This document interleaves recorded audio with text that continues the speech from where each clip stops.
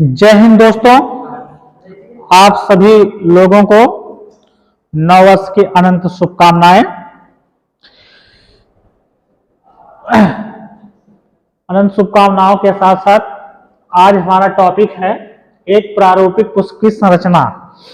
आज जिस टॉपिक पे हम लोग अध्ययन करेंगे, जिस टॉपिक के बारे में जानकारी हासिल करेंगे, यह एक पुष्प को आप सभी लोगों ने देखा होगा। विभिन्न प्रकार के पेड़ पौधों में विभिन्न प्रकार के पुष्प पाए जाते हैं। यह पुष्प का आकर्षण करने वाला भाग होता है। ठीक है, अगर बात करें पुष्प की परिभाषा से, तो किसी आवृत बीजी पौधे में पूर्ण परिवर्धन के पश्चात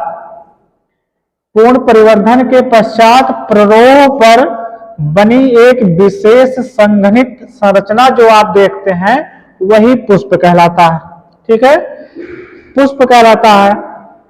पुष्प, एक ही पुष्प में विभिन्न प्रकार के रंग पाए जाते हैं, विभिन्न प्रकार की संरचनाएं भी होती है पुष्प की अलग अलग। ठीक है, पुष्प जो रंगहीन आपको दिखाई देता है, उसका एक सबसे अच्छा कारण जो होता है एंथोसायनिन के कारण दिखाई देता है, रंगीन भाग।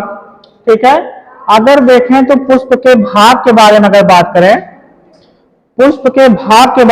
करें, तो लगभग किसी भी पुष्प के लगभग 4 प्रमुख भाग होते हैं। 4 प्रमुख भाग होते हैं। पहला जो होता है बाह्य दल, जिसको कैलक्स कहते हैं। दूसरा जो होता है दल पुंज, जिसको क्रोला कहा जाता है। तीसरा जो होता है पुमंग। पुमंग को किसी भी पुष्प का नर भाग कहा जाता है, इसको एंड्रोसियम कहा जाता है। चौथा जो हमारा भाग होता है जायन, यह किसी पुष्प का क्या होता है, मादा भाग होता है, जिसको गायनोसियम कहा जाता है।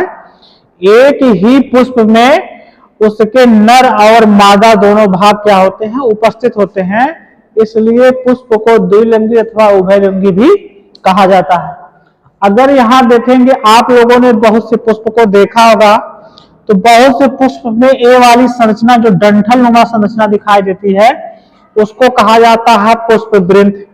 लेकिन किसी किसी पुष्प में आप यह डंठल वाली संरचना नहीं देखते हैं। जिस पुष्प में डंठल वाली संरचना दिखाई देती है, उसको कहा जाता है सहवृंत पुष्प।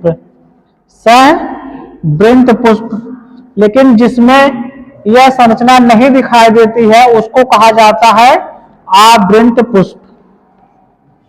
ठीक है, सहवृंत पुष्प जिसमें डंठल पाया जाएगा, आवृंत पुष्प जिसमें डंठल नहीं पाया जाएगा। अगर इससे थोड़ा सा ऊपर चलें, तो जो यह भाग होता है, लगभग सारे भाग होते हैं, यह कहलाता है थैलमस अथवा पुष्पासन। अगर पुष्पासन को 2 भागों में हम तोड़ दें, पुष्प धन आसन, अर्थात आप कह सकते हैं किसी पुष्प का वह भाग जहां पर पुष्प क्या होता है, बैठा हुआ होता है। इसी पे ये जो पुष्पासन वाला भाग होता है, इसी पे आपको दिखाई देगा कि सारी संरचना इसी पुष्प के ऊपर व्यवस्थित रूप से बैठी हुई होती है। ठीक है, अब इसके आते हैं प्रमुख भागों पे। पहला इसका प्रमुख भाग है बाह्य दल, जिसको कैलक्स कहते हैं। यह किसी पुष्प के बाहरी क्षेत्र पर जो हरे रंग की ऐसे पत्ती जैसी संरचना दिखाई देती है, उसको कहा जाता है बाह्य दल पुंज कहा जाता है, कैलक्स कहा जाता है। इसकी विशेष 2 कार्य होते हैं। पहला कार्य यह होता है कि जब पुष्प कलिका अवस्था में होता है, तो पुष्प को क्या करता है, सुरक्षा प्रदान करता है। ठीक है, और इसके हरे होने के कारण यह क्या करता है, प्रकाश संश्लेषण की क्रिया के द्वारा भोजन निर्माण का भी कार्य करता है। इसके 2 प्रमुख कार्य होते हैं बाह्य दल पुंज के। दूसरा जो हमारा प्रमुख भाग है दल पुंज यानी क्रोला। यह किसी भी पुष्प का रंगीन भाग होता है। किसी भी पुष्प में आप जब देखते हैं, तो रंगीन भाग जो होता है वह दल पुंज कहलाता है, जिसको आप लोग कहते हैं, क्या कहते हैं, पत्तियां जैसी संरचना जो होती, थोड़ी थोड़ी बनी होती है, पंखुड़ियां जो होती हैं, वह किसी पुष्प की पंखुड़ियां जो होती हैं, वही भाग होता है, वह दल पुंज होता है। यह रंगीन होता है। रंगीन होने के कारण जो होता है, यह विभिन्न प्रकार के कीट पतंगों को क्या करता है, परागण क्रिया के लिए आकर्षित करता है। परागण क्रिया के लिए आकर्षित करता है, जिसमें जिसके कारण जो है पौधे में परागण की क्रिया सुगमता से चलती रहती है। ठीक है, तो यह भाग होता है दलपुंज हमारा होता है, यह रंगीन होता है। इसके बाद हम तीसरे भाग की बात करें तो पुमंग। पुमंग यानी किसी भी पुष्प का वह भाग होता है जो नर भाग होता है। यह भी कई संरचनाओं में कई प्रकार में विभाजित होता है। पुमंग का यह जो एक भाग होता है, इसको कहा जाता है फिलामेंट अथवा पुतंत कहा जाता है। और जो आपको यहाँ ऐसी गोल जैसी संरचना दिखाई दे रही है, इसको कहा जाता है परागकोश। पुतंत और परागकोश को मिलाने से क्या बनता है, पुमंग, अथवा इसको कह सकते हैं पुंकेसर भी कहा जाता है। पुंकेसर भी कहा जाता है। यह किसी पुष्प का नर भाग होता है। इसी परागकोश में क्या होते हैं, परागकण भरे होते हैं। ठीक है, परागकण भरे होते हैं। यह पुमंग की बात हो गई। अगर चौथे की बात करें हम इसके प्रकार के, तो चौथा प्रकार जो होता है जायांग गाइनोसियम। यह किसी पुष्प का मादा भाग होता है। यह भी विभिन्न प्रकार क्षेत्रों में बटा हुआ होता है। यहां से लेकर के लगभग यहां से लेकर यहां की पूरी संरचना किसके अंतर्गत आती है, जायांग के अंतर्गत आती है।